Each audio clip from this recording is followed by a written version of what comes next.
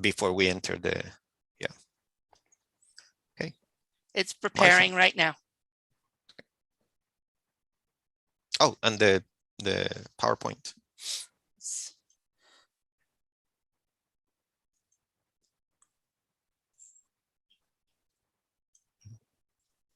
Ah, You are live, Tracy. I know.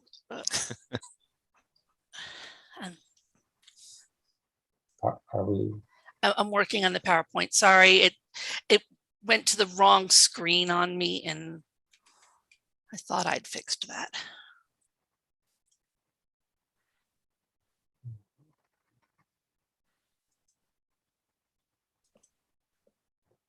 All right. So welcome everyone to this November meeting of the Washington State LGBTQ Commission.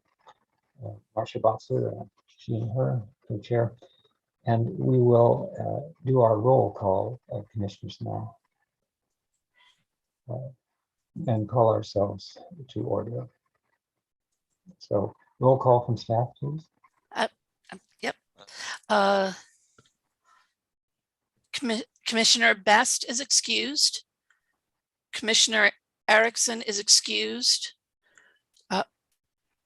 Commissioner Frederickson Goldson is excused. Commissioner Hillmeyer. Present. Commissioner Kelly Baroga. Present. Commissioner Landers. Present. Commissioner Maroon. Present. Commissioner Molina. Present. Uh, Present. Commissioner Sawyer. Present. Commissioner Sojourn is excused. Commissioner Figueroa is excused. Vice Chair Archer.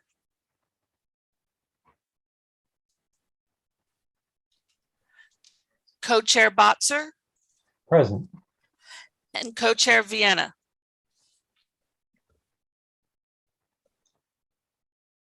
All right, thank you. We do have a quorum. Tracy, sorry, Marcia. I'm also here, present. Oh my goodness. How in the world did your name not get on there? Oh, it was, and I just skipped it when I was reading. I apologize. All right. And thank you both. Thank you, Commissioner Ross. So we have quorum. We are in order. And now we will do our land acknowledgement. Good morning, everyone. I'm Manny Santiago. I use any pronouns. I have the honor of serving the people of Washington as the director of the Washington State LGBTQ Commission. And I welcome everyone today to this, the last meeting of the year.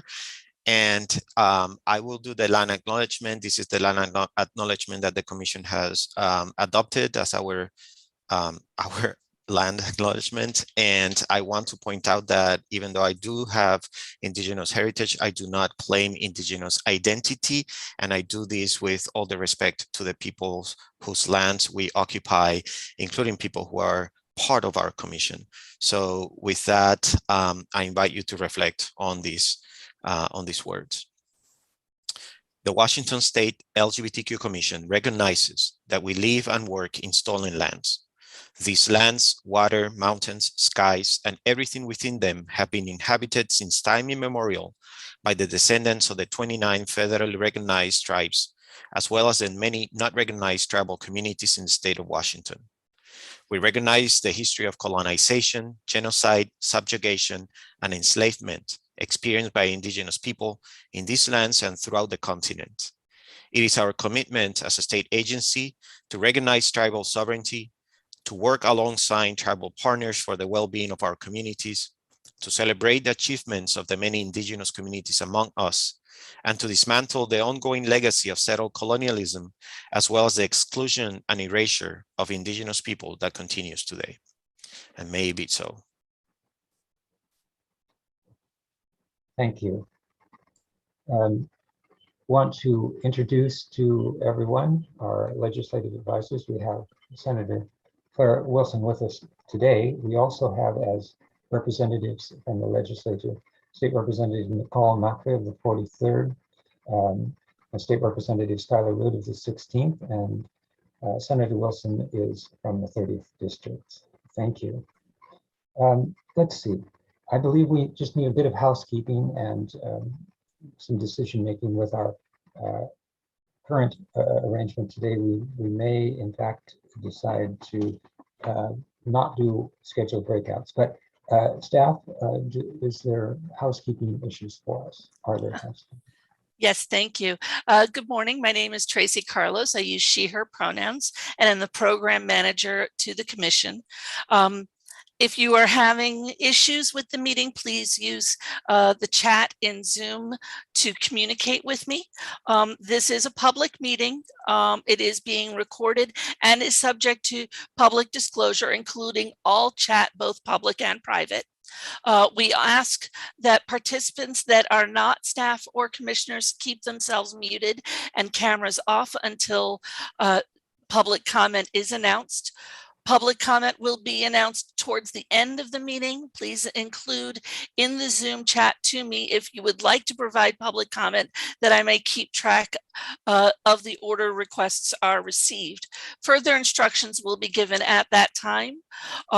In order to foster a healthy and safe interaction, if there is any disruptive behavior, the participant will be notified by the commission staff about their behavior. If they refuse to comply with safe and healthy interaction guidelines, they will be banned from participating. Healthy and safe, hold on, I've got this. Healthy and safe interaction includes assumed positive intent on the part of the commissioners, moderators, participants, and staff. Do not use transphobic, homo, lesbo, biphobic language, misogynist, xenophobic, racist, anti-Black, ableist, ageist, or foul language during your interaction. Partisan political comments are not allowed in this context. Focus your comments on policy matters. Name calling or insults are not allowed. Thank you. Thank you very much.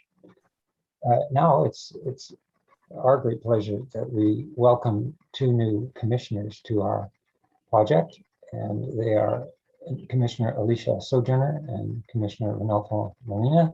And we have a message from Commissioner Sojourner that is available to everybody. They were unable to make this first meeting for themselves, but they have presented us with a very wonderful statement, and I urge you to read it. But Commissioner Molina is with us, and if you want to take just a moment to introduce yourselves to everyone again, that would be lovely. Yeah, thank you, Marcia.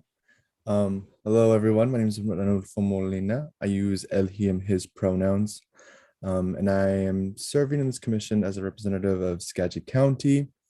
I'm born and raised in Skagit County. My heart and passion drives in uplifting the voices of LGBT community members within this county. I am a recent graduate from Western Washington University, and I'm a current graduate student at the University of Washington studying education policy.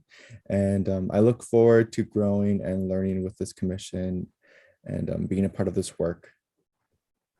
Thank you. Welcome. Let us look to the minutes, and we will take a roll call vote to approve the minutes of our last meeting.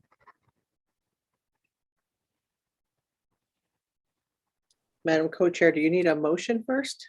We do, and thank you, Commissioner Nolan. Would you be willing to offer that motion? Absolutely. I make a motion to approve the minutes from the last meeting. And is there a second? Second, Commissioner Landers. Thank you, Commissioner Landers. All right then. Is there any discussion or correction? Marcia, I had one correction. I noticed that my name wasn't listed as attendee on the last minutes. Can I be added to the attendee list, please? Absolutely. Absolutely. We will correct that. Any other corrections or additions? Or no?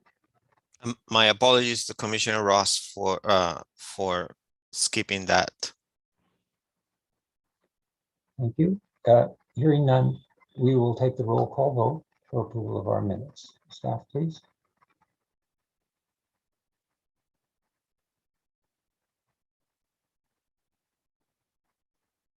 Okay, Commissioner Hillmeyer, I abstain. Commissioner Kelly Baroga, Aye. Commissioner Landers, Aye. Commissioner Maroon, Aye. Commissioner Molina, I abstain.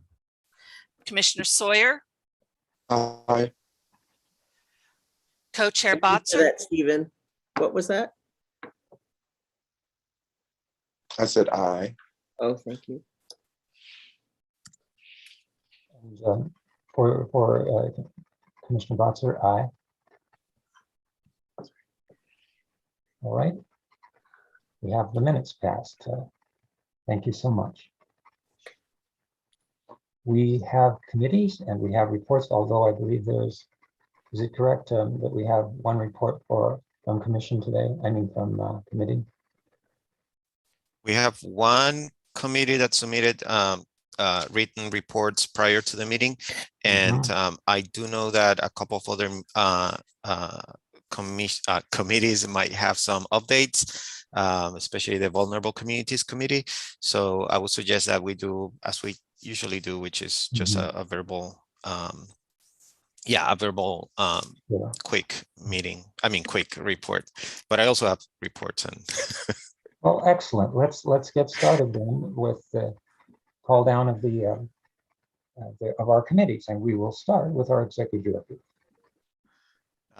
Yes, good morning. So Falk, you received the report for this month. Remember that last month we had a kind of a special meeting, so there were no reports during that meeting, but this is our regular meeting. So you have my report for the months of September, October, and what's happening in November as well. And I wanted to highlight a couple of things, excuse me, because this has been a very busy and active time for us. We heard before the meeting was called into order from Senator Wilson, some of the updates that and some of the things that legislature is doing. And as they prepare for the session, we also had to prepare to have everything ready for them, for our legislators. So because of that, it's been a little bit busy on our side. So a couple of the things that I wanted to update you on is we finished with the HIV medication access work group.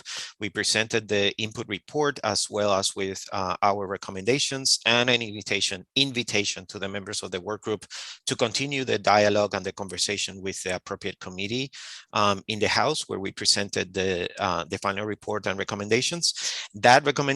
That set of recommendations and report was also sent to the policy office, and it was discussed with our and presented to our legislative advisors for follow-up. So know that, and please keep encouraging people who are involved in this work of HIV medication access to reach out to the Health and Wellness Committee of the House, as well as the Senate and the legislature in general, not only to act on the recommendations that we presented, but also to expand other issues that the work group identify as important. So yeah, so that's, we wrapped that up. I'm really glad that we were able to conduct the work group, and that it was the biggest project for our small agency this year, and we learned a lot.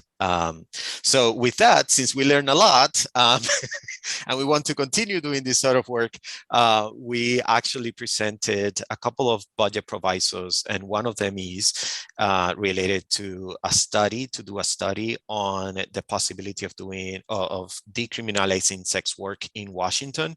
And as part of that, I have been engaging different community partners in conversations, as well as legislators and our own Vulnerable Communities Committee. I'm not going to go into too much detail about this work because we are still in the prep session for the work. And I also hope that Toby can have some updates on that when the time comes for the Vulnerable Communities Committee to give the report.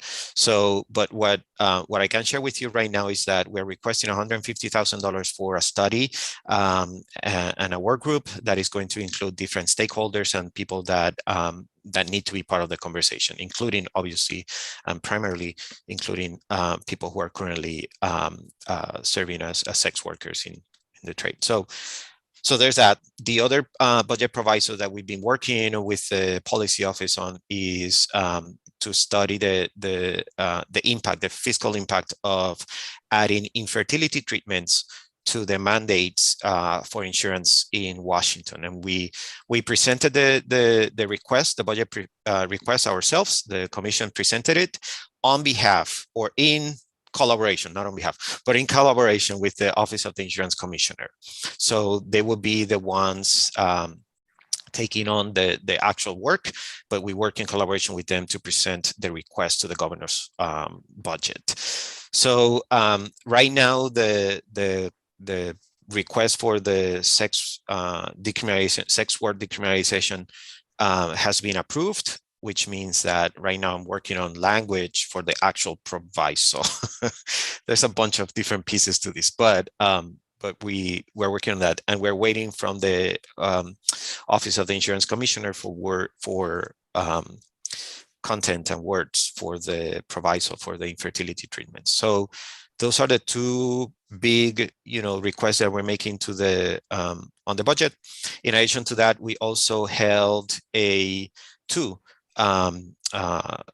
town halls with the community, the business community, to learn more about the needs for LGBTQ certification for businesses in the state. And those two town halls also included staff from the Office of Minority and Women Business Enterprises, which is very important because they need to be part of the conversation. So, and I hope that Commissioner Landers is able to share a little bit more about that during the Economic and Business Development Committee.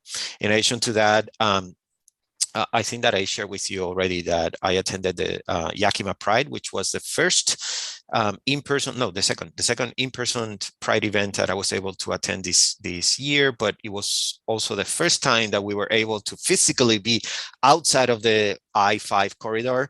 And it was great to be able to connect with the community, to engage the community in Yakima, and to let people know that we are here with them and working with them. In addition to that, we have been engaging the Office of the Education Ombuds because we are seeing a pattern of actions, anti-LGBTQ actions in school boards and local schools. And I'm saying that it's a pattern because we see the same discourse, the same plan, the same things happening throughout the state. So right now we have about 3 families that are working with the Office of the Education Ombuds on issues that are happening in their school districts. So yeah, if you hear of more, please let us know, because we see a pattern and we want to make sure that we are addressing those concerns. And they are related to school boards not implementing the sex education curriculum that was approved, also allowing bullying to happen in schools and not attending the needs of LGBTQ students, or passing rules to prevent LGBTQ posters to be displayed, or restricting the type of conversations that the staff and faculty can have with the students related to LGBTQ issues. So it's very concerning. In addition to that, we are working with community organizations and grassroots organizations to start working on the legislative priorities for next year, and to make sure that we are aware of what is happening with our community, so we are better advocates when those things come before the legislature. So those are the things that I wanted to highlight. And in addition to that, you see that the commission is in several work groups and task forces. So if you have specific questions about those, feel free to bring them up to me and I can give you more updates. But that's that's the highlights. And I saw that Commissioner Maroon had his hand up first. Well, I just had one question. Thank you very much, Manny, for all that work. I just had one question about whether there's an organization or team of people or some sort of group that is looking at the recent school board elections to kind of identify where we might have school boards that we need to pay particular attention to in this next part of the academic year. There were many people running kind of against LGBT student issues and sex ed, the new sex ed rules that were passed. So I'm just kind of curious if anybody's kind of on that, because we could interface with them to, let them know what our capabilities are as a commission. Thank you. Thank you, Commissioner Maroon. I think that that's very important, but we don't have anything right now. We haven't done any study or pay closer attention to the elections of school boards. And I think that is going to be something that we can discuss at the Children, Youth and Families, and perhaps have a good plan for next year and start paying closer attention to that part of the movement. Yeah, thank you. Senator Wilson, you had your hand. Yeah, I'm hoping I can address that, because while the commission may not have done that, I am paying much attention to that and have been engaged and involved in this conversation, not just in the one district, but in hearing from individuals in the community. So what I do want to say is some of it's around implementation of the comprehensive sex ed bill, but much of it is around issues, as Manny said, related to protected class. And so have been in conversation with OSPI, the Office of Superintendent of Public Instruction, related to their intent and their work with school districts around implementation. But also this issue, it's bigger than just one bill. And so really trying to think with staff about how it is we hold school districts and school boards, if you will, accountable to implementing legislation where they're egregiously determining or deciding not to, not where a district may need support in how they do it, but when there is really just an outward belief that they don't need to. And so really having conversation around that. And just want to say it is on top of mind and top of radar. It is an issue around protected class. And if you were to ask districts, what other posters have you removed? They will tell you none. So we know that it's clearly an issue. Related to school board directors, I was on Federal Way School Board for 8 years prior to being in the Senate, and am connected with the Washington State School Board Directors Association. And they just, as a matter of fact, are in their annual conference right now, where they just did a boot camp for new board directors. I also spent much of my interim speaking with those that were running for office, talking in particular around CRT and the comprehensive sex ed, because those two are two of the highest issues that school boards are addressing right now, along with masking and issues around vaccinations. So would love to continue to work together in the Children, Youth and Family Committee and in the Worlds Where We Collide to make sure that all of our children and families across the state are having access. Also will tell you there's a group of non-binary students who are interested in making sure that we are paying attention to issues around gender expression and such when we think about schools. So would love to potentially connect you with that group of individuals as well. So I'm doing my part and would love to be able to connect you with the School Board Directors Association, who can, as an ally, I think we could work together to inform and educate not only current directors and sitting directors, but those that are coming into their new roles. Thank you. That's great, Senator Wilson. I'll take you up on that offer to connect with the non-binary students. Commissioner Sawyer, you have your hand up. Questions? Yes, Manny, thank you so much. Again, thank you for all of the great work that you're doing.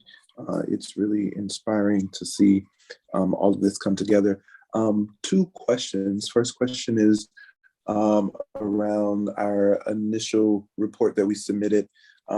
There are, I'm getting a little bit of community feedback about like what's the next steps and how can they help to ensure that the report is truly heard and seen, if you will. And so that's the first question. And I'll let you answer that one first, and then I'll ask my second.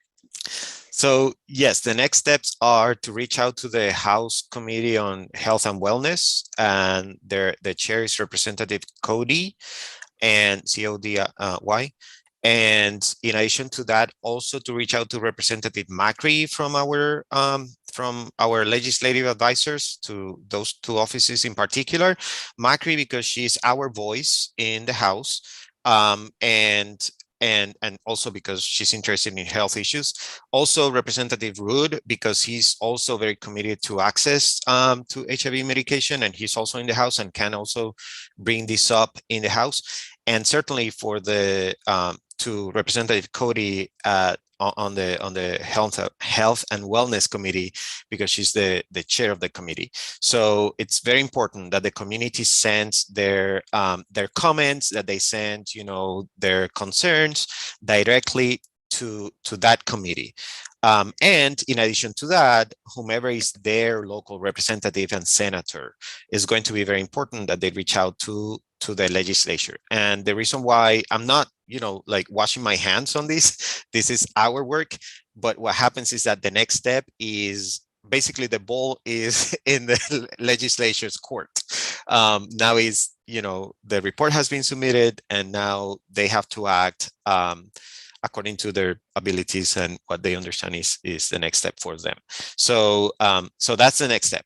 Reach out to that particular committee, to our legislators, and I'm focusing on them right now because they're the ones that receive the report. That doesn't mean not to reach out to Senator Wilson and other senators, but right now the report lives within the Health and Wellness Committee of the House. Senator Wilson, yeah, want to I expand would on just that? also add in the Senate that Senator Randall sits as vice chair of the Healthcare Committee. She also, as a member of our community, will be very interested in making sure voice is heard. So she may be another one, as well as Senator Leas on the Senate side.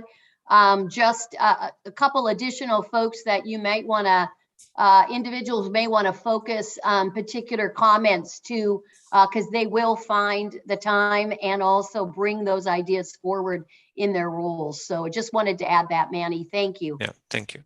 And also to expand a little bit, because I know that people would have the interest of reaching out to HCA or DOH, Department of Health, and I would recommend against that, not because it's not important that they hear, but because right now the actions are completely by the legislature. They are the ones that need to act on the report, not the state agencies. They already took part of the process in the way that they were supposed to.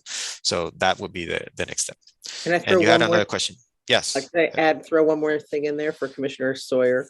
I would just say that all of the meetings that we had that were recorded are still available to the public, and people should pay special attention to the breakout sessions that were part of those meetings for really good background that they can take to these legislators. I think there was a lot of interesting material in there, and if you brought it to Senator Leas and Randall's attention, they would be very interested.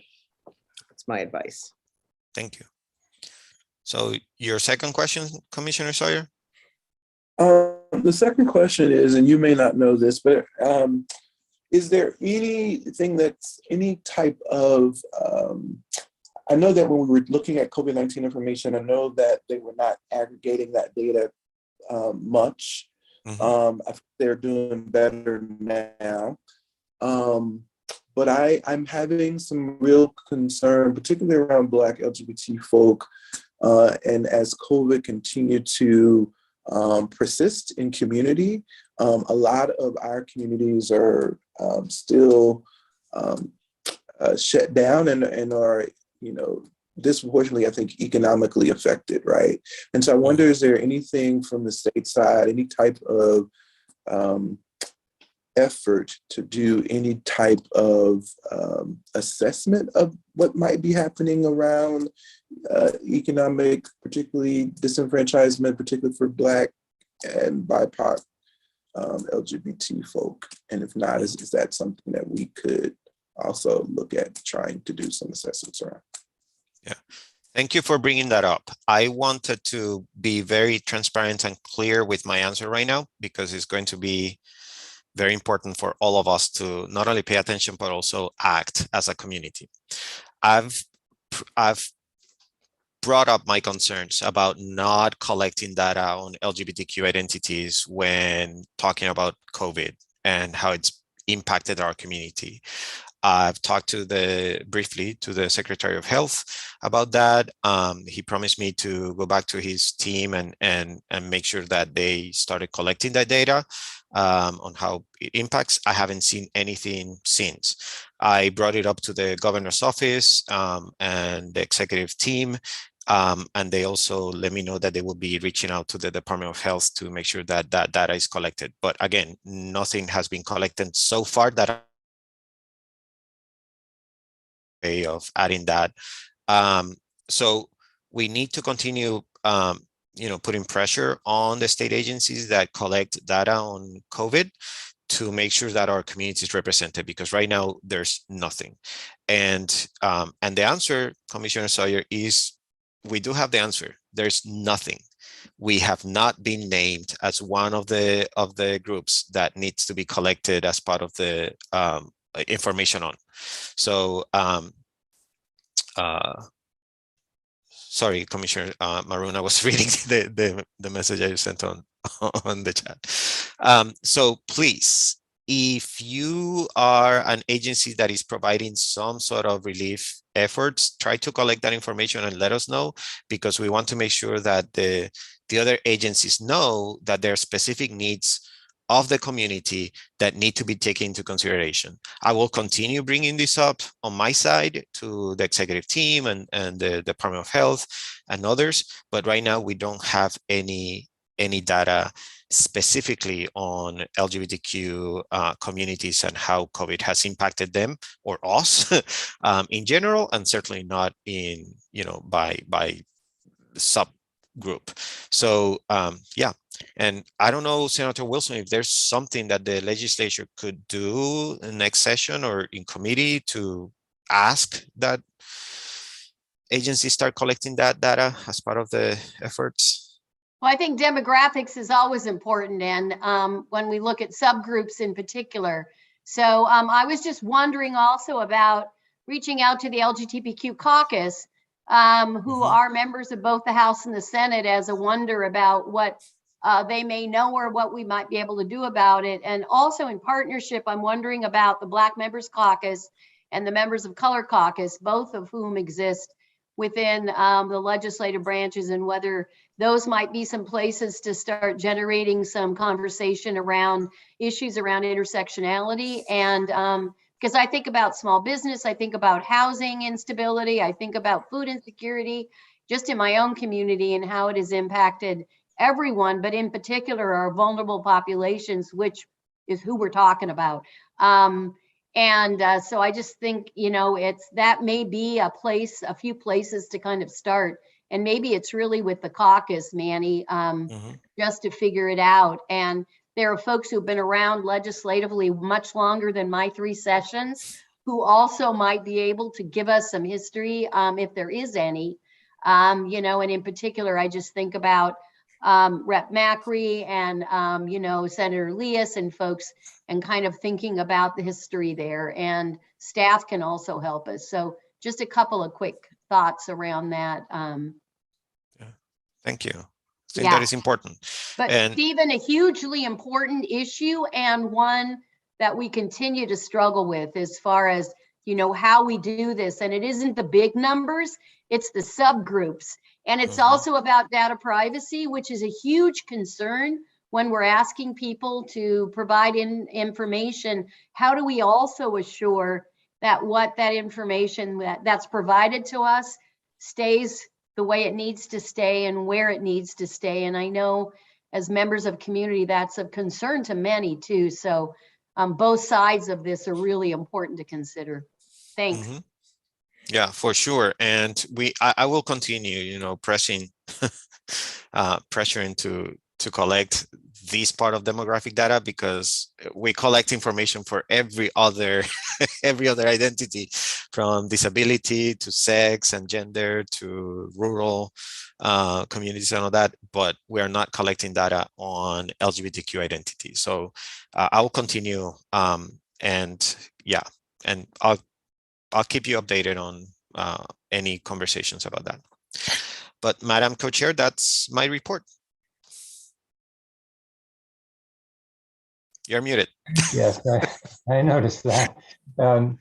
Thank you, and many thanks to our executive director and our staff for the good work that they are doing for and with the commissioners. All right, our next committee up for a report is the Economic, Business, and Development Committee. Thank you. And my big report back is, as Manny said, the 2 community meetings we had last month around the recognition of LGBTQ business certification with the state. And this is opening up state-run contracts to LGBTQ-owned businesses in the same way that they have opportunities for women-owned, minority-owned, veteran-owned, small business disadvantaged-owned businesses. So we have those 2 public roundtables, one lunchtime, one evening, to try to get the biggest audience we could. We got some really good feedback from community who are interested in this issue. This is one of the priorities that the commission identified in the last meeting that we should be working on. So we are making progress, and I really want to thank Manny for the tremendous time and effort he's put in over the last couple months on this, bringing certainly some of the state agency folks who haven't always been convinced of the necessity for this to be on board for these discussions. So that is important progress. That's been a long time coming. In those community feedback sessions, we heard nothing but positive feedback that the business owners who were present saw this as a great economic opportunity to make the business that the state does look more like the population of the state itself. We heard from a lot of very small businesses who wouldn't be the top tier contractors, but they would be second, third, fourth tier contractors working with a larger group. This provides economic opportunities across the state rather than the same usual kind of figures who always get the government contracts, who know how to handle it. There are various ways that this certification could be recognized. And as Manny said, we did have the Office of Minority and Women Business Enterprises with us. They talked about the programs they offered. I think for this group, it's important to recognize that the Small Business Disadvantaged program is open to LGBTQ people as it is. So they're able to get a certification recognition as a disadvantaged business because they belong to the LGBTQ community.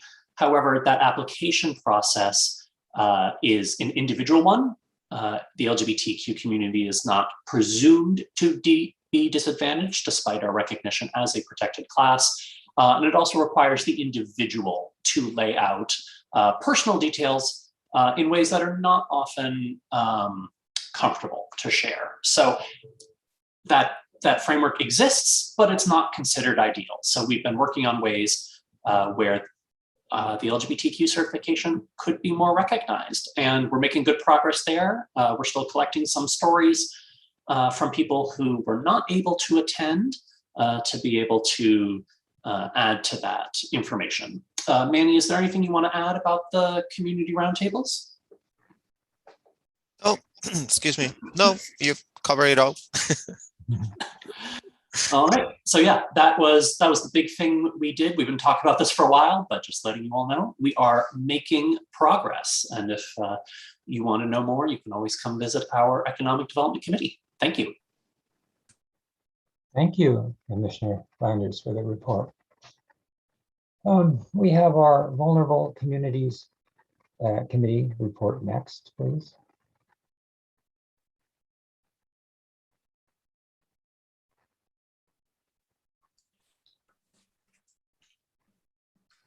I just sat back down. Are you asking for the vulnerable communities update? Yes, indeed. If you do Okay. have one, that'd be lovely. Thank you so much. Great, I do. Yeah. So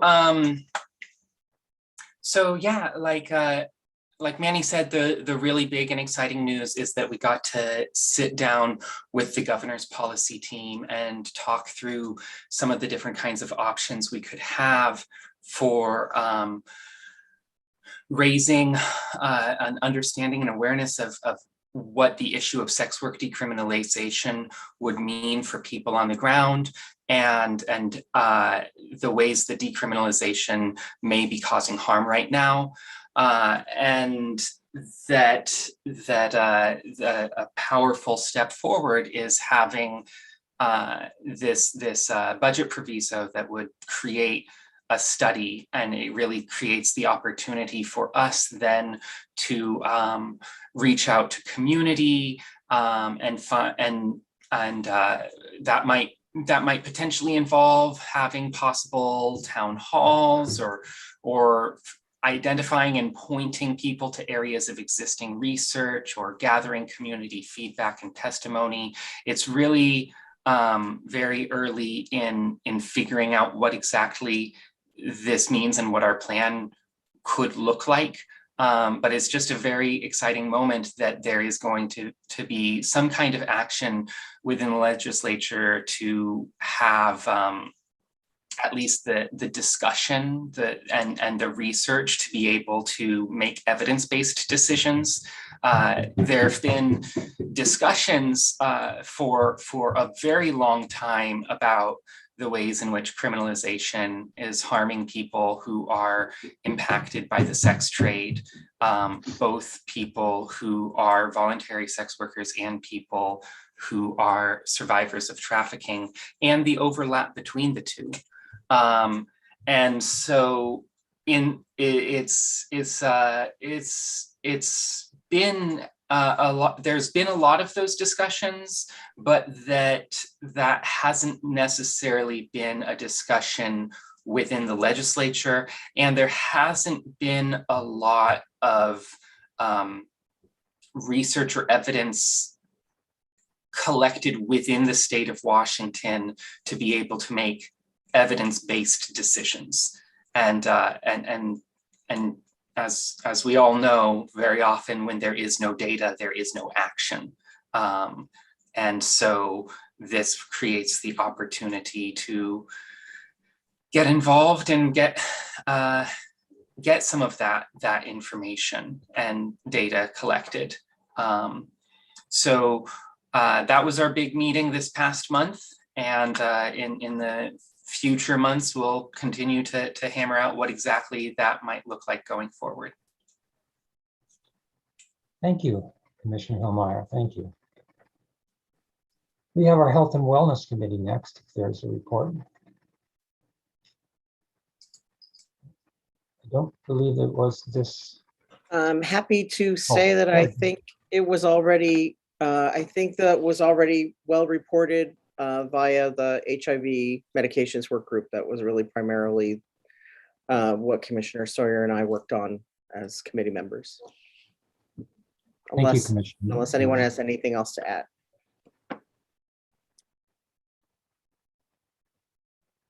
Very good. Very good. Children, Youth, and Families Committee. No report. Thank you. The BIPOC Committee, please. We do not have an update at this time. We were not able to meet this month. Thank you, Commissioner Ross. And the Communications and Outreach Committee. No report. Thank you. The Executive Committee, I'll give a brief report there. We have met every month at our regular first Tuesday meeting. We have discussed all the aspects of each one of our special meetings and these meetings, and not special meetings, just additional work that we have done in the past. And we have reviewed extensively with the help of our Executive Director the state of the community and our commission at those moments. And we've, of course, done our work to help prepare this meeting and its agenda. So thank you. We do have an opportunity here next for any further legislative updates, Senator, if you did have them briefly, and then we'll move on. No other updates, Senator Wilson? All right. You know, Thank you, the sir. only thing I wanted to respond to is I'm so appreciative of the work and the interest, especially Toby, around sex workers and decriminalizing sex work, which is, you know, it causes people a stir, I think, when we bring it up. But I've been having just an incredible number of conversations in my own community with survival sex workers here, and the work they're doing, as well as we think about our LGBTQ community and how many individuals are involved. And so, you know, was involved in my first session with Stormy Daniels, trying to do a bill around safety for dancers and strippers in clubs and such. And so just want to make sure that we continue to think about how it is that we're protecting and we are doing the work we need to do for all of Washington State. And I know it's one that doesn't come without a lot of charge and emotion, just like a lot of other stuff we do. But I think it's a great time to have the conversation. And I'll just say, to have the relationship and to be invited in to meet in person with survival sex workers says that there's some trust built there. And what I found out was no one's ever asked, what do you need and what do you want? And the answer for initial was, you know, hygiene kits. And I'm like, no. You know, do you need a building? You know, do you need storage places with locks to put your things so you can do what you need to do and go where you need to go? So I just think it's so much bigger than this. It's a public health issue. It's an issue of people not receiving what they've needed for a very long time. And it's about options and choices and opportunities. So really continue to want to work forward and think about how we have these really difficult conversations for many people in rooms, just to know that we are willing to have them and we need to move forward if we're really doing the work we're supposed to do, and why this group is so critically important to so many people who have not had a voice for so very long. So I'm just appreciative of the willingness to take this up, but also to know we're doing it for the right reason, and on behalf of a really important group of people. Thank you, Senator. And Co-Chair Butzer, Yes. one quick thing to add to Senator Wilson's a quick update, but we also met, the legislative advisors and myself, we met to discuss priorities and strategies and ideas for the next legislative session. And I'm really glad and happy to have their support. And in addition to that, there is since this is the last meeting of the commission, I wanted to make sure that people knew that on December 13th, the GSBA is hosting the conversation with members of the LGBTQ Legislative Caucus. So you can ask Commissioner Landers about that, and he can give you more information offline. But that is going to be our community conversation with the legislators to know, you know, what is coming up, what we need to pay attention to. We already know that there's some anti-trans legislation being drafted. So we want to make sure that that we're prepared for things that are coming up. Thank you. And I would love to add, sorry I'm late. I'm just coming from a Utopia event. It's been a long week of events for Trans Awareness Week. And I want to add thank you, Toby, for doing this work, but also I want to add that, like, as someone who lives in Kent, and Senator Wilson, you know this, where Pack Highway is in our backyard, and there's increased policing, right? And we know around this conversation, a lot of times folks that are most marginalized aren't centered, folks who are street workers, right? Folks in Aurora, Black and brown trans women. And we know that the increase and rise in anti-trans legislation coincides with the rise in anti-sex worker legislation, right? So we know that the all these sentiments against sex workers is rooted in transphobia, right? So that's something folks don't really have a conversation around. And it's something that the trans community have been working on, the BIPOC trans community have been working on for quite some time, because we know this work will take some time, right? We know brilliant Black and brown trans women who have tried to decriminalize sex work at the state level in the respective states on the East Coast and have been unsuccessful, because this isn't just something we can solve in a campaign, right? It's something that takes years of base building, trust building, and culture change, right? So I want to make sure that folks are taking this seriously, because it's not something we can just throw on the the list of priorities and expect it to pass. Thank you, Coach Edmund. All right, we're going to take a break now, 5 minutes, please, and we'll return for the process of elections. And folk, remember that we are live streaming, so you can turn off your cameras, your mics, but we are live streaming even through the break. Just keep that in mind.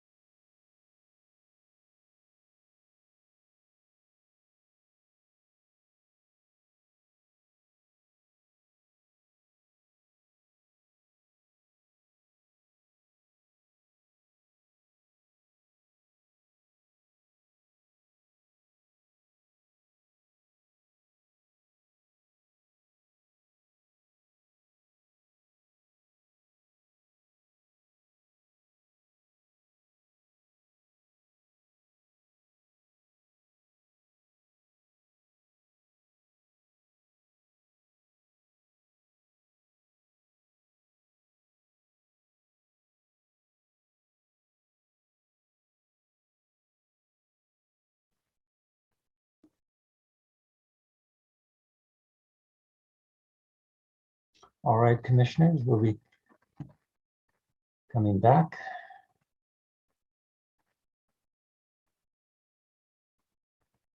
Thank you so much, everyone. We've had our break, and now we will move to the process of elections. And that is co-chair, vice chair, and secretary. And we have a lead for our elections process. And Commissioner Landers, please step forward and begin the process. Thank you, Co-Chair Botzer and Co-Chair Vienna, for giving me the floor today. I am the temporary elections coordinator for the LGBTQ Commission as laid out in the process passed by the Commission in the last meeting. And I want to thank every member of the Commission who was able to talk with me in the last month, share your thoughts about running for a leadership position either this year or in the future. So thank you for taking the time, each of you, and for all of the candidates who've submitted their names and their statements, which have gone out to all of you in the last few weeks.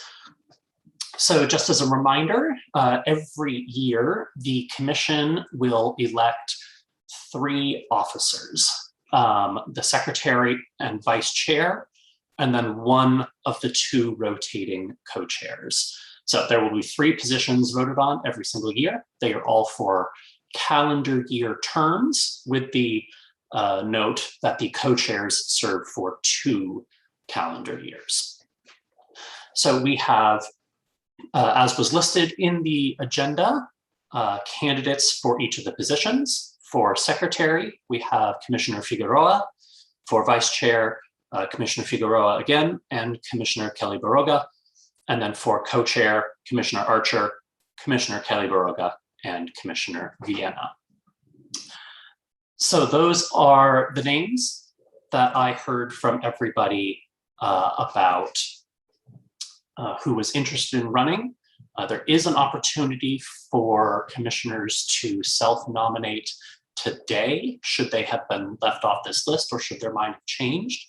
So I would like to give a moment to see if anybody would like to speak up before we move into the elections.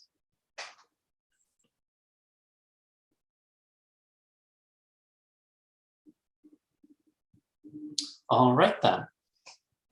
So I guess the first one up is for secretary, and Commissioner Figueroa is the only nominee whose name has been put forward. He added his statement in the email there. Marcia or Manny, would you like to start the voting process?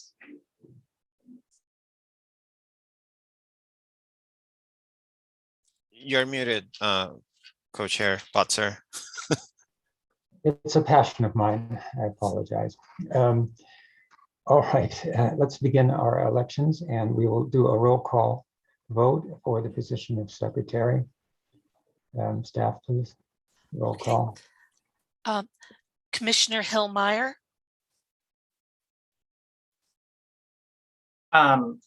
Wait, what is the motion?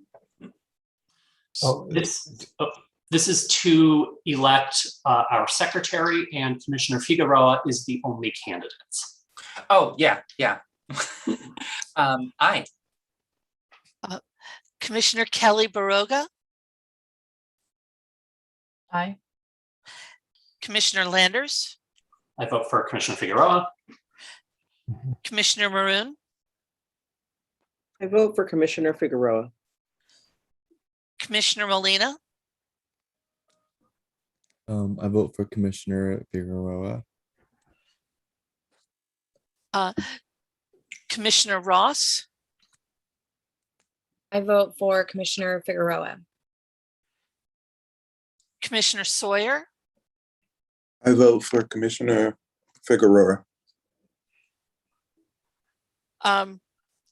Commissioner Archer, I know you just arrived. We are voting on secretary, and Commissioner Figueroa is the only person listed running for that position. So Commissioner Archer, how do you vote? Put you on the spot. I suppose aye. Okay. Commissioner Botzer, I vote for Commissioner Figueroa. and Commissioner Vienna. I vote for Commissioner Figueroa. All right. We have the vote. Commissioner Figueroa as All secretary. right. Thank you. And I've been told that that Marcia and commission staff will announce the final results once all the votes have been taken. So now we move on to the position of vice chair, where there are two nominees, Commissioner Figueroa and Commissioner Kelly Baroga. However, as a person can only serve in one executive role, that leaves Commissioner Kelly Baroga as our sole nominee. And so just to make sure, when you are voting, even when there is only one option, please name who you are casting your vote for. So I will now pass it on to the co-chairs and to the staff for the vote. All right. On the position of vice chair, will staff please call the roll? I apologize for interrupting, Madam Co-Chair. Yes. I'm just a little concerned that the way in which we are running the election is going to change how people might vote. Whereas if we don't actually have a rule on which position to vote for first, but given how we've picked which position we're voting for first, we're now eliminating people from consideration for other positions. Is everybody okay with that? Can we discuss that for a minute before we barrel on? Of course. It is the spirit of the commission to do so. Thank you for bringing it up. Yeah, is this, I believe the last elections, did it start out with this lineup as far as secretary going up to co-chair, or was it the reverse? Thank you, Commissioner Marone. As I remembered it, we started with secretary and worked our way up. If that is incorrect, or if people would like to reconsider that order, I am open to that. There is no official direction given in our operating agreement, and I was not told that there was a way we need to go about this. So I'm open to any comments. Think about this when we were writing the rules. Darn it. Well, you always confound me, commissioners. We don't know from Commissioner Figueroa if he had a preference of which officer position he wanted to serve in. Is that correct, Commissioner Landers? He was open to both positions. And Commissioner Kelly Baroga, who is also nominated for two positions, can explain their rationale as well. But Commissioner Figueroa was open to both of them. I think that we should do that, because what's likeliest to happen is people will vote in Commissioner Kelly Baroga now as vice chair, and then they will not be able to run for co-chair. And aren't they one of the nominees for co-chair?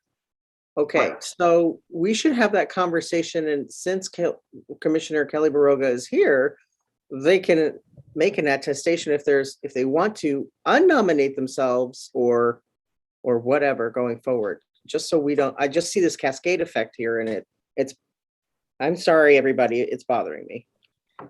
Oh, thank you. I think the same should be afforded, right, to Commissioner Figueroa, right, if that's the case, right? Right. But they're not present. Yeah. So I guess that's why we're having this conversation, right? Yeah.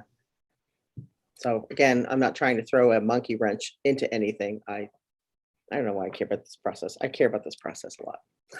So It's important. okay. Well, then I believe the next step is Commissioner Kelly Baroga. Are you interested in sharing your thoughts?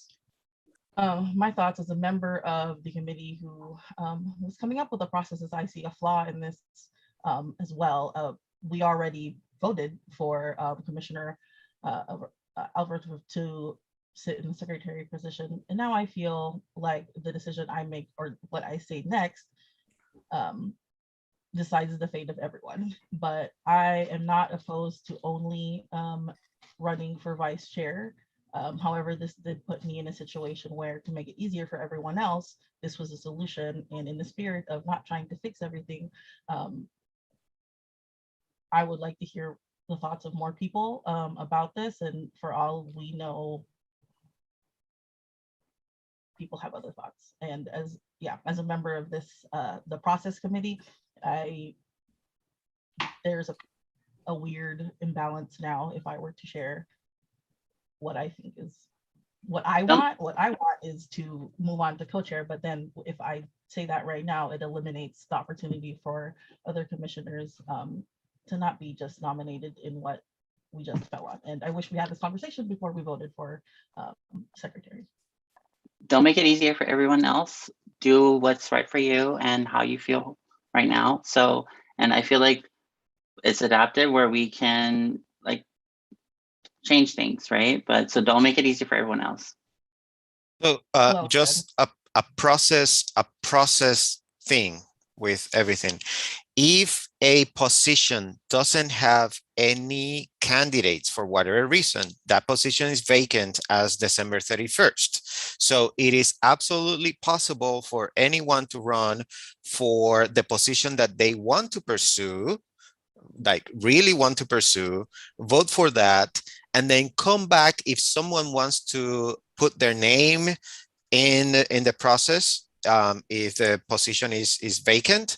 So let me actually go back to this. So if Commissioner Kelly Barroga wants to run for co-chair instead of vice chair, along with other candidates, we can skip the vice chair vote because nobody is currently interested in it.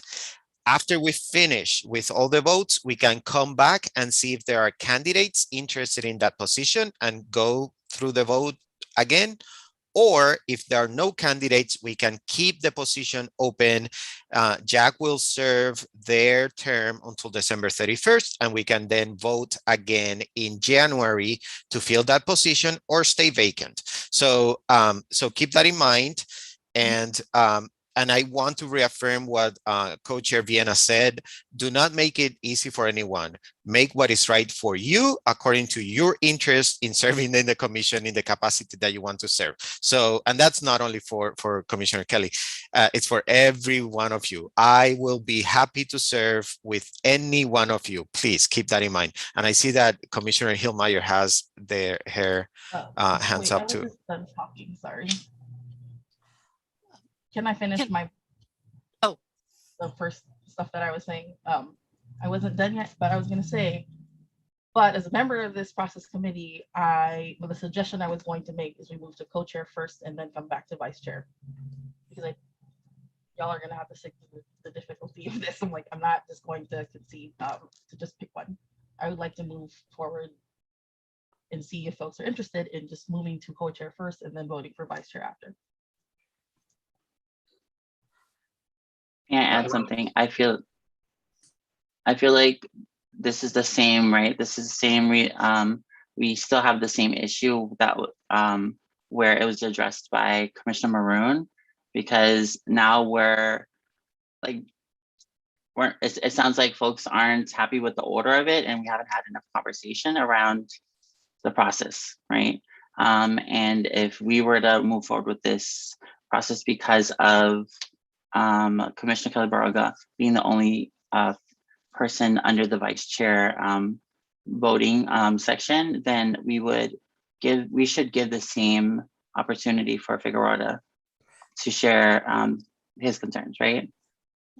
And if I may interject for a moment, based on Robert's rules, which I believe the commission follows, at today's meeting, you can still change your vote on secretary by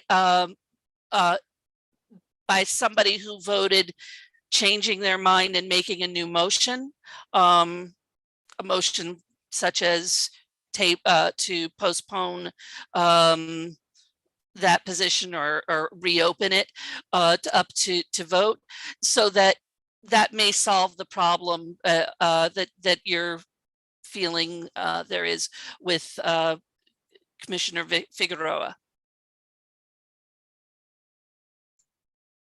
If it's all right, I would like to jump in. I have 2 ideas about things that might help this process move forward. One is that I don't remember how things happened 1 year ago, but I remember 2 years ago, like I distinctly remember I put my name in the ring for co-chair.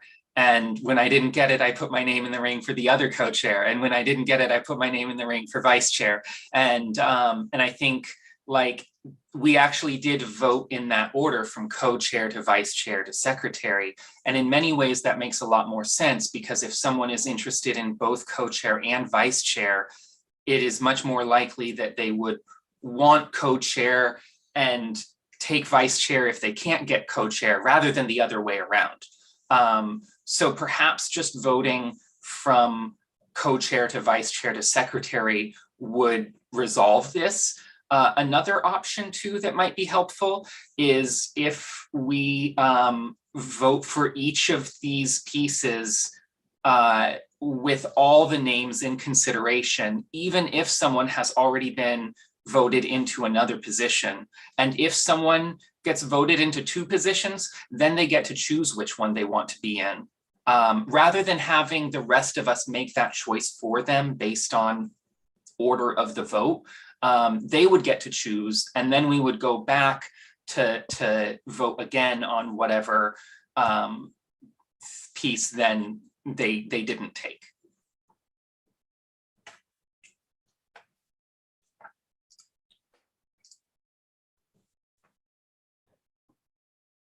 Other comments?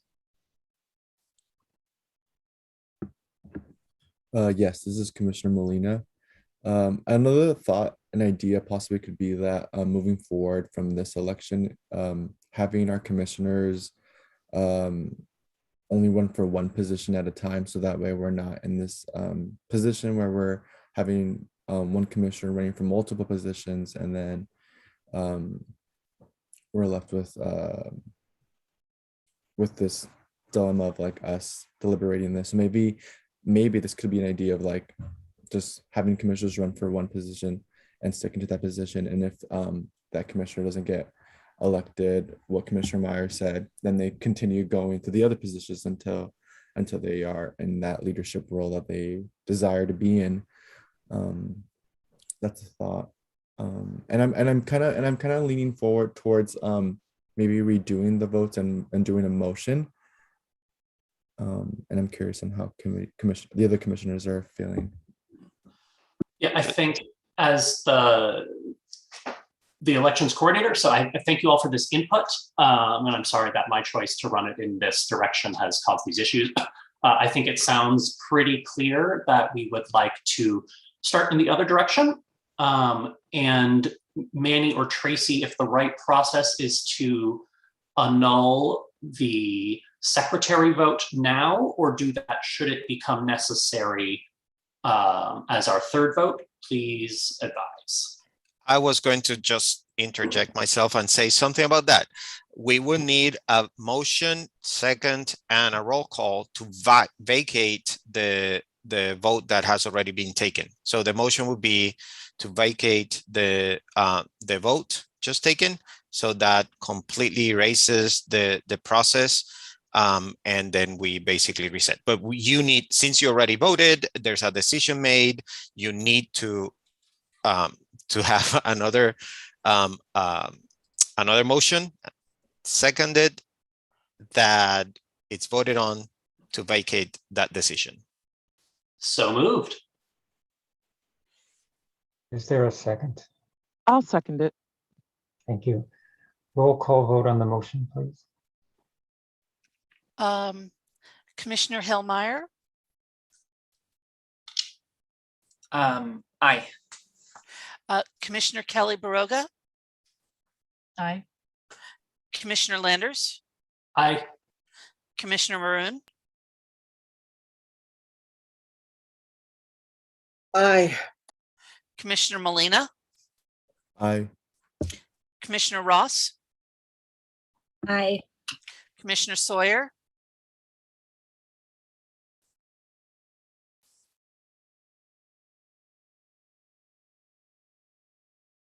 Commissioner Sawyer dropped off and is just joining again. Okay, I'll come back. Commissioner Archer? Aye. Is Commissioner Sawyer on? Aye. Okay. I'm sorry, I'm having challenges with my internet. Aye. No problem. Commissioner Botzer Aye. and Commissioner Vienna. Aye. Motion passes. And the election is reset. And Matt, you can start. All right, we are starting over. Again, thank you all for this important conversation and for making this decision. So again, we have 3 positions open: co-chair, vice chair, secretary. We will start with co-chair. We will then go to vice chair and then to secretary. Manny, co-chair Vienna has asked if the statements were shared with the public as they were with the commissioners beforehand, or do they need to be? They don't need to be, and we announced that the commissioners will have access to the statement prior to the meeting, so we could not run, but conduct the elections without having to take too much time. And I'm glad that we actually skipped the breakout session so we could clarify some things. But no, the statements do not have to be shared with the public. They are for the internal use of the commissioners only. And we actually well, one of the things that Matt knew that we could do is ask for clarifying questions for the candidates, but it is expected that everybody's ready to make their votes, to cast their votes, without need to go into the details of the statements. All right, so our 3 nominated candidates for the co-chair position are Commissioner Archer, Commissioner Kelly Baroga, and Commissioner Vienna. And so, given the opportunity, are there any questions anyone would like to ask before we go into the vote this time?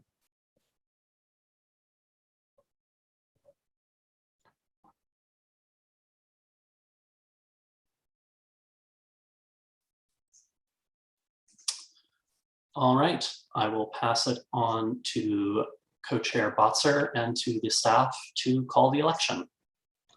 Thank you, and thank you for the discussion. We'll call the election now for this position. Staff, please call the roll. Okay, Commissioner Hillmeyer, who do you vote for? This is for co-chair? Correct. Yes. Okay, I vote for Commissioner Vienna. Commissioner Kelly Baroga, I vote for Commissioner Vienna. Commissioner Landers, I vote for Commissioner Archer. Commissioner Maroon, I vote for Commissioner Archer. Commissioner Molina, I vote for Commissioner Vienna. Commissioner Ross, I vote for Commissioner Vienna. Commissioner Sawyer, I vote for Commissioner Archer. Commissioner Archer, I'll vote for Commissioner Kelly Baroga. Commissioner Botzer, I will abstain. and Commissioner Vienna. I vote for Commissioner Vienna for myself and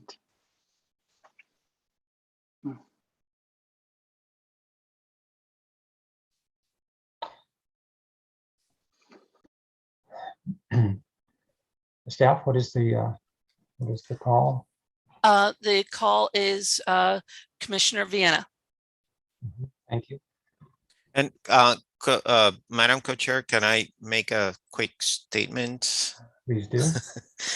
I know that this sounds very kind of weird, the way that these elections have to be conducted because they have to be public. We have to name names and whatnot. And I just want to reaffirm that each and every one of you is here on this commission because of all the work that you do with and for our community. Each and every one of you who runs is worthy of anybody's vote. Do not feel uncomfortable. Do not feel like you are diminishing someone or that you are less or more because of a vote. each and every one of you is deserving of running, of being in leadership and being on this commission. So please, I know that we want to be nice, we want to be cordial, we want to support each other. And the way that we support each other is by stating our truth. And each one of you is worthy of every single vote, no matter what the results of the actual elections are. So please, you know, I know that sometimes it's uncomfortable, but please know that you vote your conscience and everybody's going to be fine and everybody's going to work with you regardless of what your leadership role is, whether it's in the executive committee or as a chair of a committee or as an at-large commissioner. So I just want to say that because I know that sometimes it's uncomfortable. We're in the public view and, you know, vote your conscience. Know that you are still supported. We still love you. Nobody's going to feel uncomfortable with your vote. Keep that in mind. All right. Thank you. All right. Thank you, everyone. Now we are moving on to the election for vice chair, where again, we have two candidates, Commissioner Figueroa and Commissioner Kelly Baroga. Are there any questions anyone would like to raise before we go into the vote? Sorry, could you actually just restate that? My audio didn't allow me to hear that. No problem. We are moving on to the vote for vice chair, and we have two nominated candidates, Commissioner Figueroa and Commissioner Kelly Baroga.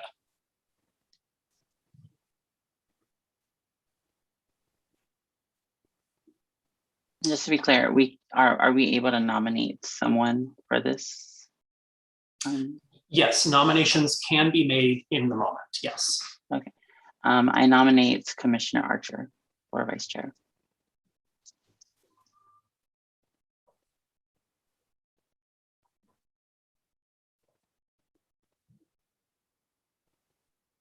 All right. Let us proceed with the vote. So is there a second for Commissioner Archer?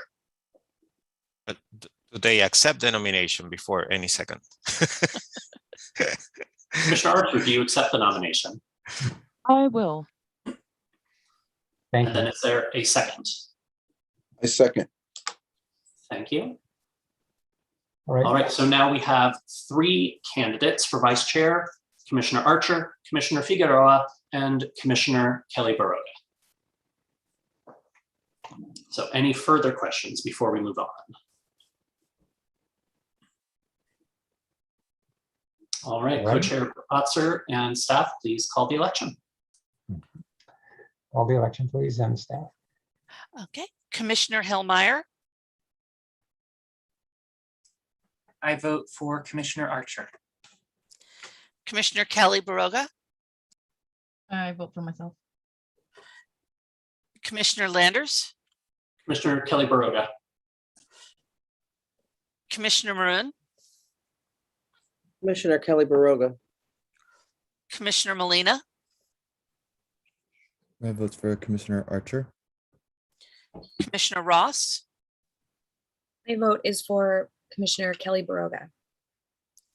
Commissioner Sawyer, My vote is for Commissioner Archer. Commissioner Archer, My vote is for myself. Commissioner Botzer, Abstain. Commissioner Vienna. I vote for Commissioner Archer. All right, staff, the total.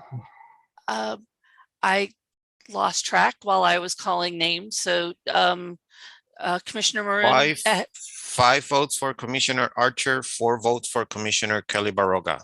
Commissioner Archer is elected as the this vice chair of the commission.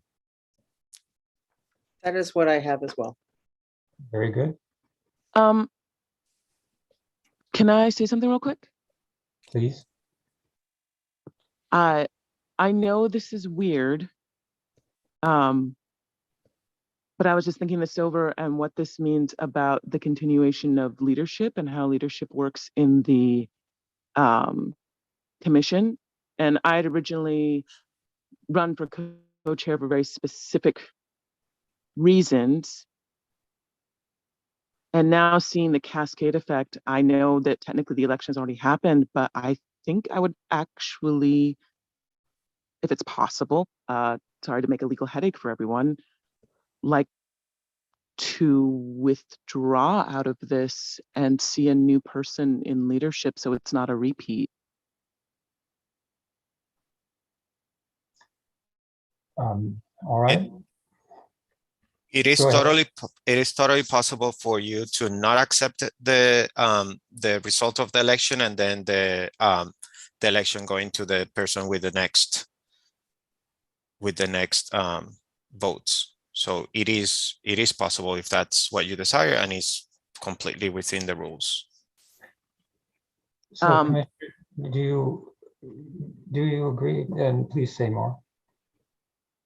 I'm sorry, say that again. Well, I just offering a chance here for you to say a little more and confirm your decision.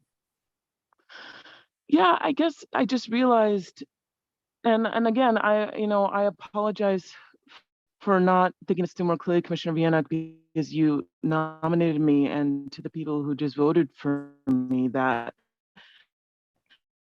I realize I put all of you in a poor position at this moment. And so when I accepted the nomination, because I thought, oh, great, I'll stay on the team. But I also was looking at who all was nominated, and basically saw what appeared to be sort of a repetition in the leadership, I suppose, and who would be sitting in what chairs. And it just struck me at the end of this that for a commission as young as ours, some rotation and setting precedent for some rotation might actually be a very positive thing, that I can still be deeply involved serving on committees, that I can still be deeply involved tying in my community. I'll still be a commissioner and still be in a position to do a lot of good. But what I don't necessarily see myself doing is just sticking around in leadership indefinitely and then trying to get into that co-chair slot again and potentially taking that learning opportunity from another person. And also I kind of want to see how someone else might run the ship, and what I might learn from them. And I guess I suddenly realized once the election was over that I didn't want to sit in a place where I would potentially contribute to the stagnation of leadership in a position so young that is still finding itself. I don't know if that makes sense. I hope it makes sense, but it suddenly occurred to me after I got the spot that I didn't feel comfortable with what that meant about how leadership progresses in this org. And I would rather step back and see what Commissioner Kelly Baroga can do than to accumulate essentially another title in a space when it doesn't in any way prevent me from continuing to do the good in this space that I would like to do. I just want to add to that, Commissioner Archer. I love everything that you said, and I feel the same way, right? When I hopped on this call and I saw that it was only Kelly Baroga and myself on this call, I wouldn't have felt right doing this election without the three of us here, right? I also think, and I feel like these conversations need to happen it needs to happen at every time, right? In every instance, not just in these meetings, where if we're feeling the same sentiments that's been shared by Commissioner Maroon, and we're waiting to do it in such a pressured environment, things won't work, right? If there are feelings of stagnation as far as leadership, and we wait to share them and to engage in generative conflict as a value that we've said we would engage in from the beginning, and we don't have those conversations outside of these spaces, then the work doesn't work, right? We get the same conflict over and over when we've already committed to doing something different. So I completely support what you're saying. And yes, I would love to see a different, a more different folks on the leadership team. And I appreciate you naming that. All right, and let me just add, thank you, Commissioner Archer, for your very thoughtful and very gracious words and position, and we've accepted this. All right, let's move forward. I just want to be clear, is Commissioner Archer accepting the election or not? I am not. Thank you for that clarity. And with that, we clarify for everybody that Commissioner Kelly Barroga is elected as the vice chair. Mhm.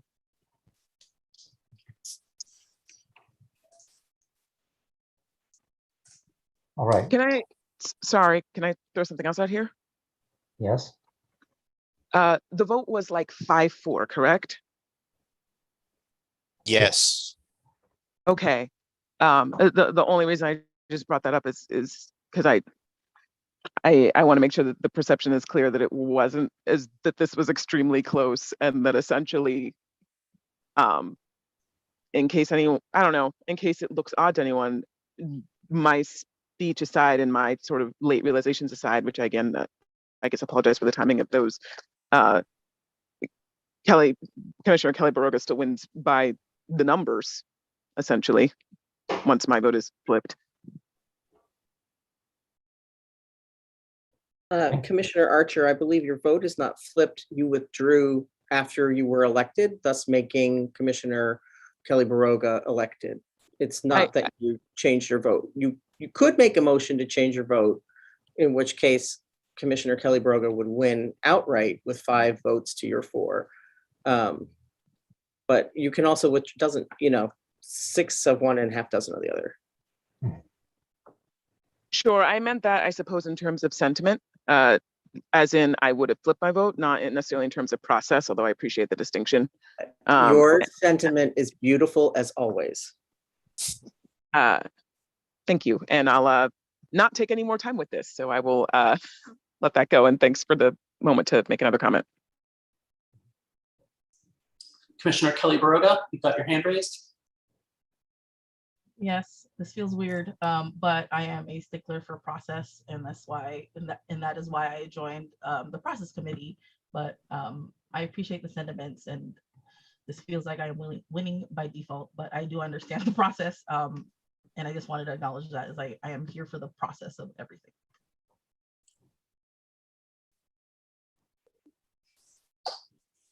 All right, does anyone have any further comments before we move on to the election for secretary?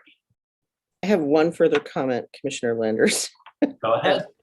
I have been stewing and pondering and thinking, but I do want to say these kinds of processes are not LGBT inclusive. They're not queer in any way.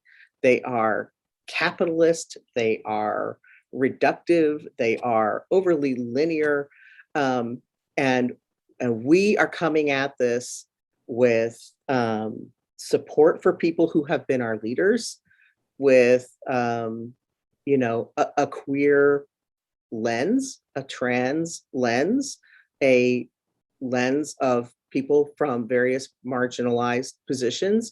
And that's why elections for a group like ours are uncomfortable and thorny and a pain in the ass.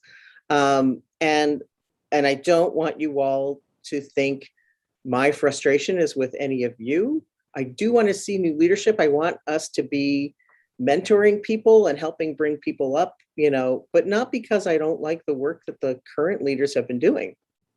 Just because I feel like part of our role is, this is probably the most high level political organization for LGBTQ people in the state of Washington. And I take it extremely seriously. So I want us to be, helping each other and enabling each other to be as successful as possible in supporting our communities across the state.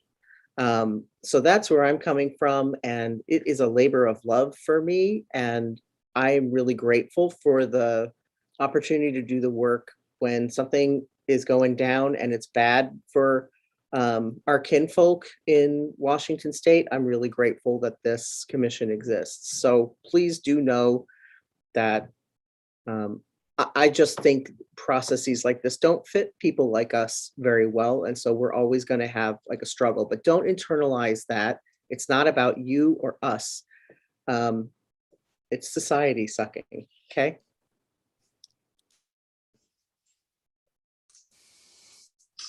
Senator Wilson? Can I just say that I'm so appreciative, Everett, of what you just said, and that internally on the floor of the Senate, as we think about Robert's rules about how committees work, you know, that's a huge conversation. And as we increase representation, that's part of this conversation. I know Black Members Caucus, I know Members of Color Caucus, I know all of those things. When we think about marginalized communities, are systems that are set up to keep people out and to keep voices silenced as opposed to opening doors and keep people in. So just, you know, just such an acknowledgement of that. And, you know, a wonder about, you know, for me, it's what's right and what's rude when you walk in a room and how do you know the rules? And they don't have to be the way they are. So just, it's a conversation. I sit in this room and I kind of smile because this is one space, but there are so many spaces where the same conversation is happening, especially as we think about institutions, government, education, again. So thanks for the thoughtful conversation today. And I want to recognize Commissioner Vienna's comment in the chat as well, that flattened leadership would be ideal, but is not possible by the design of our operating agreement here. Any further discussion now? All right, so our third and perhaps final election for the day is the secretary position, for which Commissioner Figueroa is the only nominee at this point in time. Does anyone have any questions or any nominations in the moment?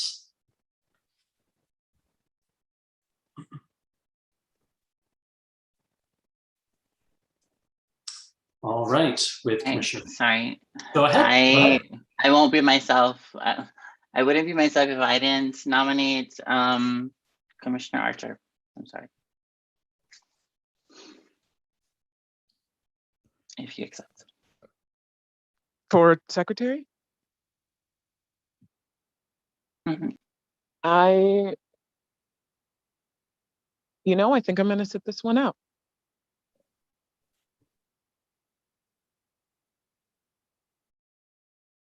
Any other nominations before we move to the vote? All right, staff, please call the election. Okay, Commissioner Kelly Baroga.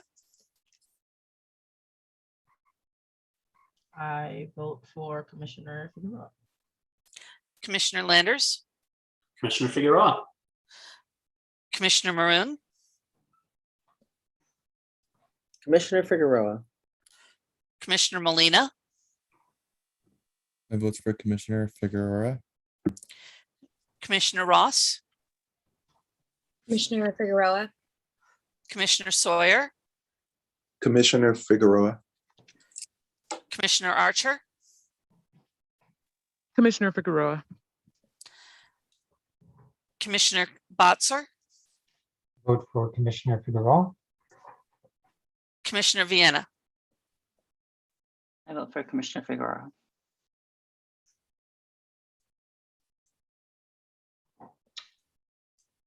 All right. Staff, what is the vote? Commissioner Figueroa is elected as secretary. Thank you. Well, then congratulations to co-chair Vienna, to our vice chair Kelly Baroga, and to Secretary Figueroa for serving on next year's executive committee along with Commissioner Botzer. Thank you all and congratulations. So, and Thank you all for letting me be the first elections coordinator. I have been taking notes here so that we can make sure next year's process runs a lot smoother than this one has done. And I will submit those suggestions to the executive committee to get some eyes on that before this happens again next year. Thank you all for your input on this. And thank you. So I will turn it back over to our co-chairs. Thank you, Commissioner Landers, very much for taking on the job and being willing to do it. Very good. All right, we'll move now to public comment, and we have the staff to present the process. Thank you. Give me just one moment here to get my information up.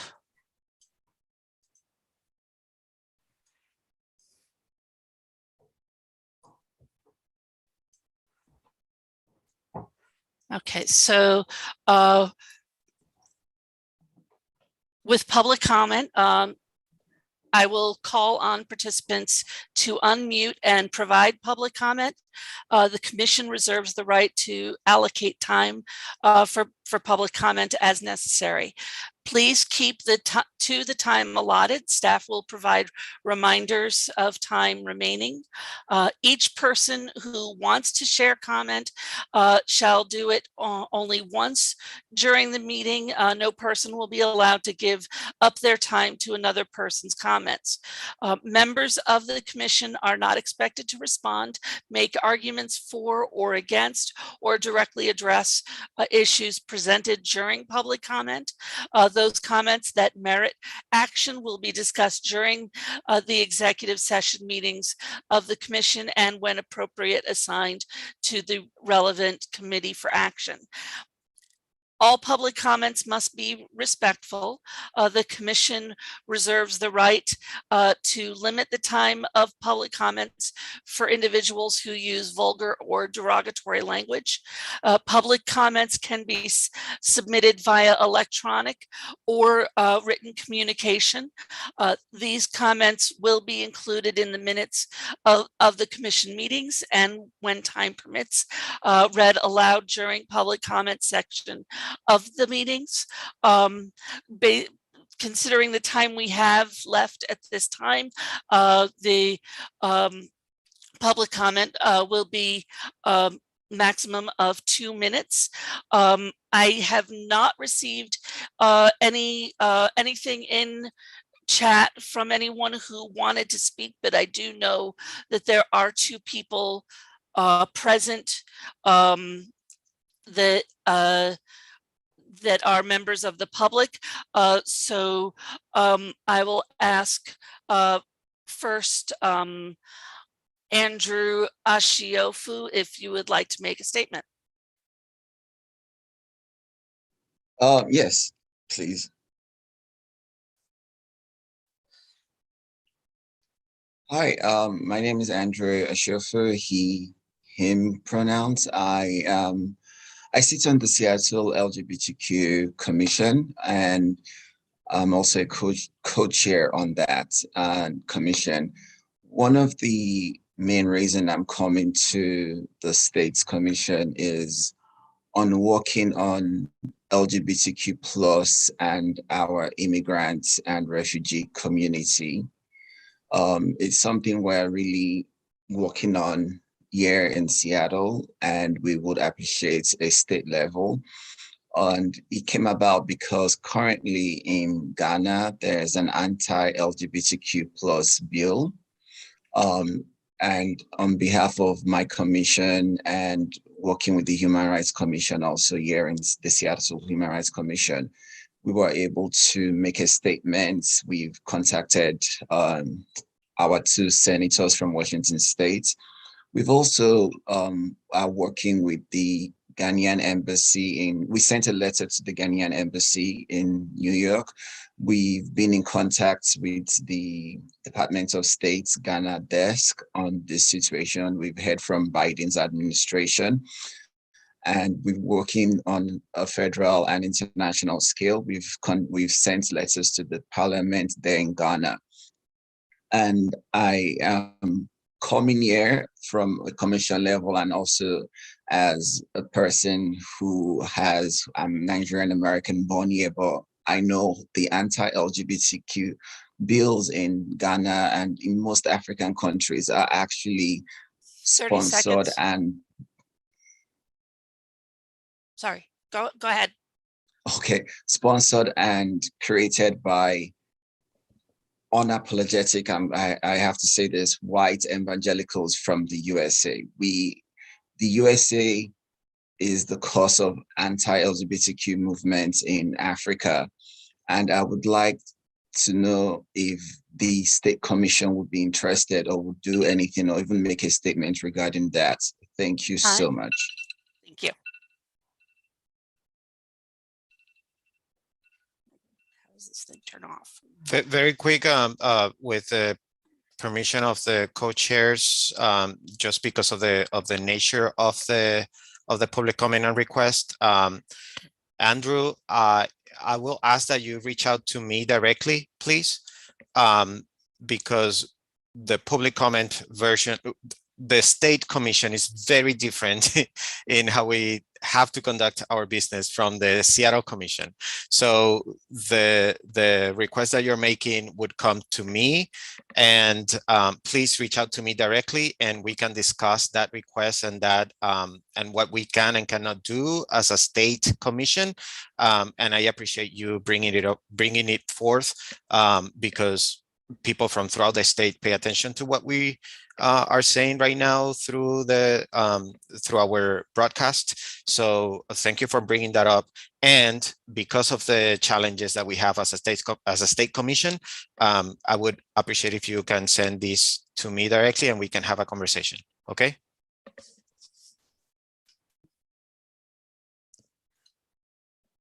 Okay, and then the other person who is here, Valerie Correa, would you like to make a statement?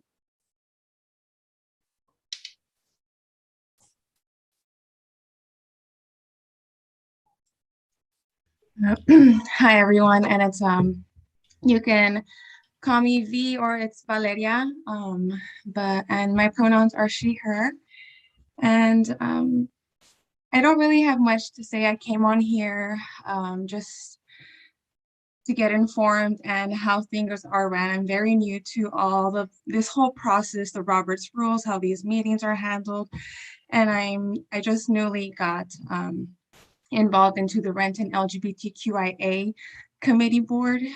So I just hopped on here, try to get as much knowledge as I can. My God, I'm shaking.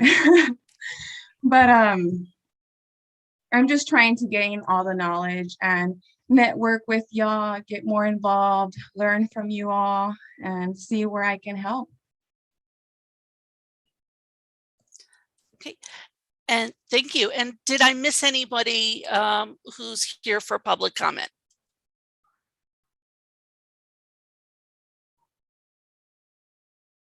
Okay, then I'm going to send it back to the co-chairs. Did Senator Wilson, did you have a comment? We will move to announcements, comments, and closing now.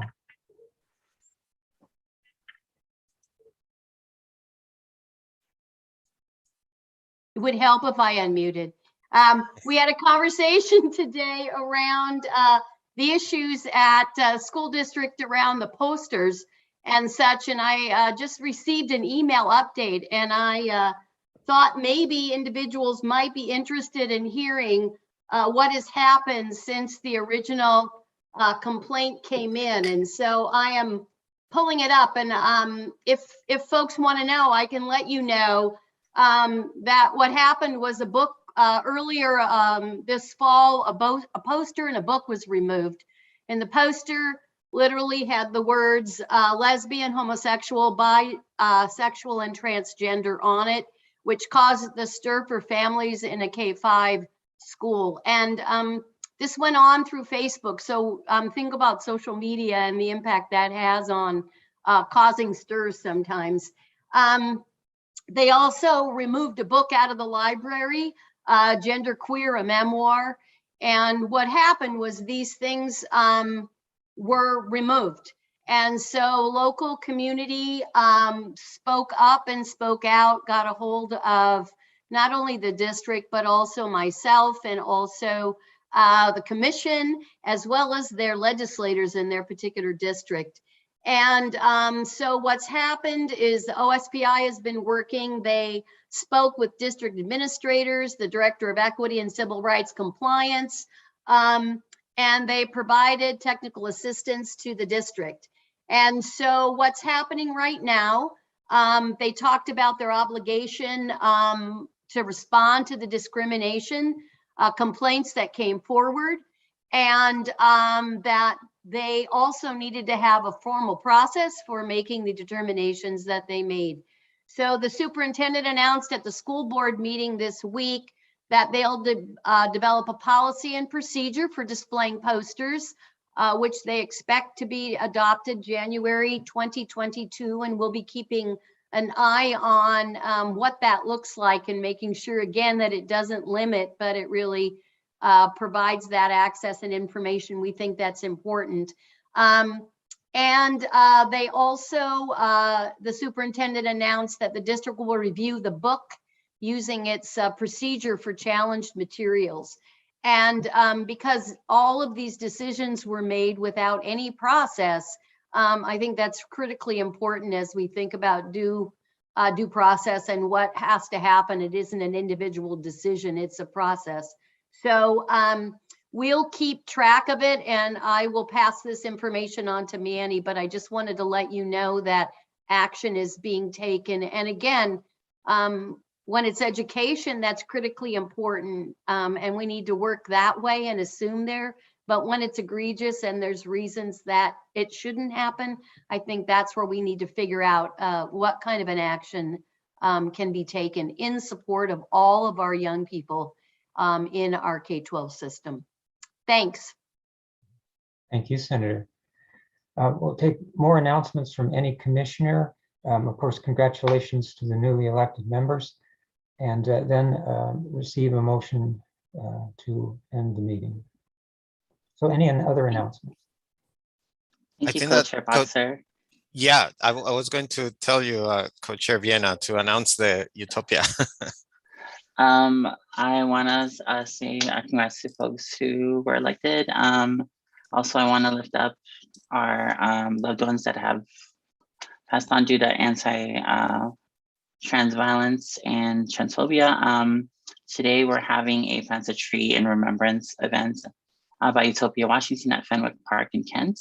Tomorrow, we're having the Transgender Day of Remembrance service, but also celebrating the folks that we do have here with us while honoring our loved ones. And then on Monday, we are having a giving events where we're giving out, distributing boxes of food to community and a hot meal service from 2 to 5 here in Kent. So if you know folks who need food, clothing, shoes, PPE, supplies, makeup, send them down to Utopia. Thank you, Commissioner Viena. Is there any other announcement? Hearing none, just a sort of point of privilege. I'm as a co-chair and member, I just so appreciate the work that we are doing, and also after a great many years, decades, watching things come close and not quite making it. Much appreciation to where we are all taking the world. All right, if there's another announcement, this is your last chance, and then we'll receive a motion to adjourn.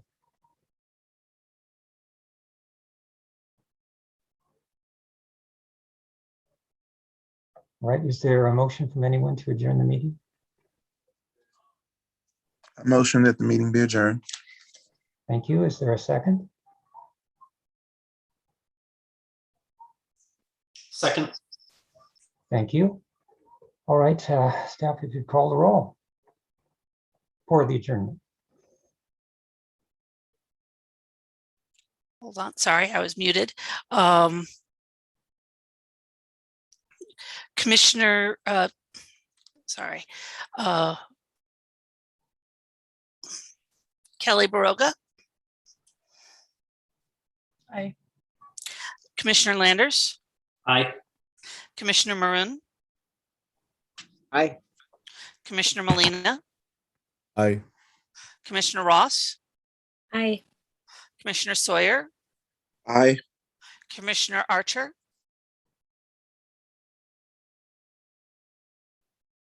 They had to step down. okay, Commissioner Botzer, Aye. Commissioner Vienna.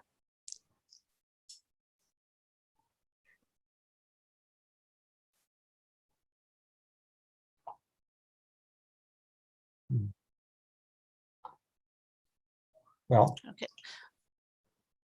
go ahead. What is the roll call? the motion passes. Thank you. Motion passes.